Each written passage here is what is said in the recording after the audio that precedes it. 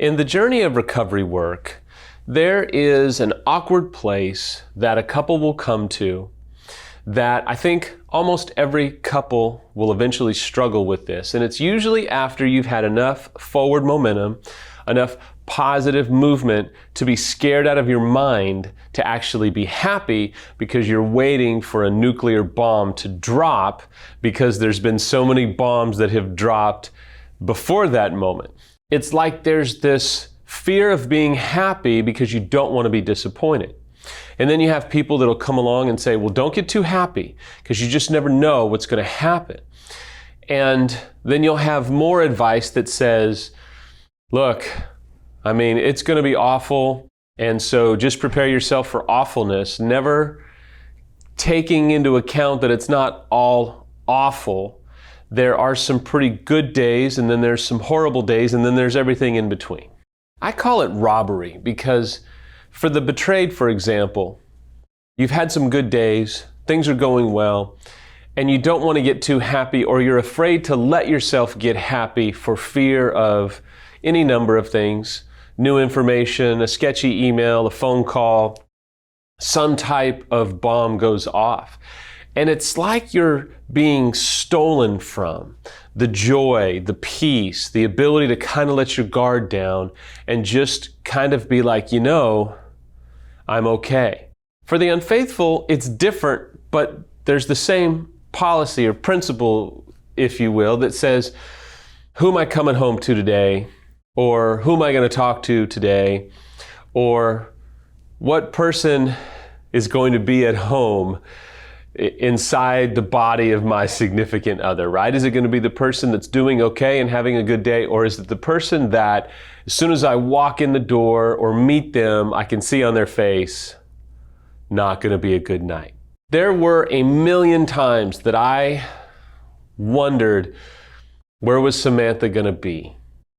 And when I came home, or when we met somewhere, or what have you, when she came home, there was this uneasiness. And it's really hard. There's no way around it. There's no magic bullet. There's no magic pill. What I want to convey to you today is that it's very normal for you to feel that way, whether you're unfaithful or whether you're betrayed. But we have to do work to not be so fragile.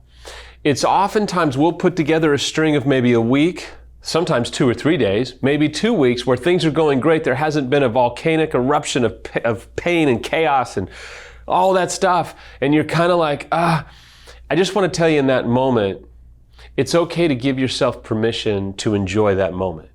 It's okay to embrace that moment. We think by not accepting that moment and kind of constantly just saying, I don't know, I don't want to let my guard down, we think that that will make it easier when the tough times actually come or return.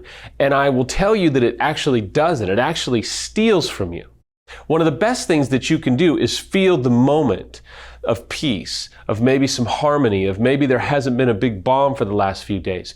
Because constantly trying to minimize your joy or minimize your peace in an ability to be ready when the bomb comes is actually not going to help you when the bomb comes, because you've probably been doing this long enough to know that you almost never see the bomb coming. It usually comes when you're not prepared for it. That's why it's so devastating. So letting it steal from you now and living in a perpetual state of fear is actually hurting you, not helping you. The hardest thing I have to tell you today in this video blog is that whether you're a few weeks, a few months, or maybe 12 months in, I know that this is going to suck to hear, but tough times are going to come again. It may not be infidelity related. It just may be financial, health, what have you, and somehow the pain and the hurt and the agony of infidelity will find a way to seep into the pain that you're feeling. It may be infidelity related. It may be addiction related, but I just want to speak to the fact that, look, there's going to be another bad day that comes. There's going to be more pain of some type in life that's going to come your way. And you know what? You've made it this far. You've just survived and are surviving the most gruesome, awful pain you've probably, at least 75% of you, have ever experienced in your life. And you're still here, and you're listening to me, and you're being present in your pain. You are going to be able to make it through the tough days that are coming. You don't have to live in fear. You don't have to be intimidated. You don't have to live in this shallow pool of uncertainty and fear and worry and anxiety constantly. It's okay to let yourself be happy. It's okay to let yourself enjoy the moment. If you have kids, to love them and enjoy your time with them and just being happy with them. If you're unfaithful, it's not okay for you to trivialize your infidelity. It's not okay for you to overlook the pain and the suffering that your significant other is in. But it is okay to extend mercy to yourself. It is okay to laugh and to be joyful while keeping an awareness for the pain that you've caused and being ready at any minute to express empathy and remorse to your spouse or your partner. It's okay to live again. It's okay to take the pressure off yourself. You're going to be okay when a bad day comes. You've worked through all the bad days thus far. You're strong enough to handle what's coming your way. I don't know what's coming your way. But I want to help you take the pressure off yourself to be perfectly in charge right now, or to feel like you have to keep your guard up because you don't know what's coming. What's coming is coming. You might as well be brave. You might as well be courageous. You might as well unlock a part of your heart that you're locking up to not let it feel because you don't want to be devastated. You may be devastated again. You may never be devastated at the level that you've been devastated thus far, but you can unlock that chamber of your heart and breathe and live. We can't be so fragile.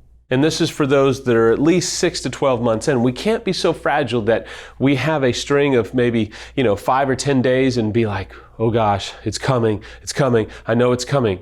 We've got to be stronger to go, well, put together 10 days, and then that bad day comes.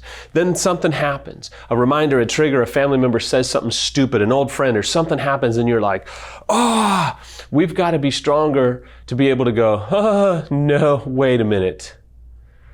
I knew that this was coming. I knew that it would be here, and I'm not being overly pessimistic. It's just saying, I can accept the fact that there's going to be some bad days.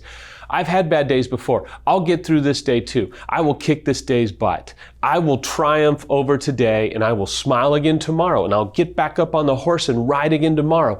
Just because today has sucked, or just because there's been a few bad days in a row, isn't going to steal from me the momentum that I have been able to develop both personally and maybe even maritally. Don't allow a couple of bad days to ruin everything. It's just a bad day. You can live again. You can survive them because you've made it this far. And I'll do everything I can to help you get further and farther down the road. But don't be afraid to be joyful. Don't be afraid to embrace life where you're at. Now, in light of what I've said, I'll throw out one very serious, very gracious caveat. If you're dealing with PTSD or feel like you might be struggling with PTSD, this is a bit of an oversimplification for you.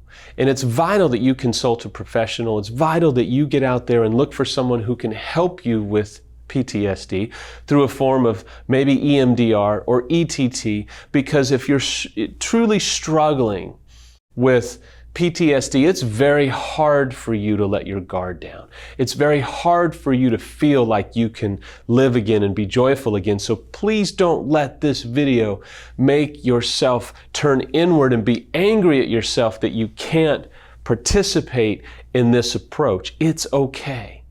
You're dealing with something that's above and beyond you. I've done a few videos on YouTube with MJ Dennis on trauma and how it affects you. So please be kind to yourself. Don't try and hold yourself to a standard that might be unattainable right now.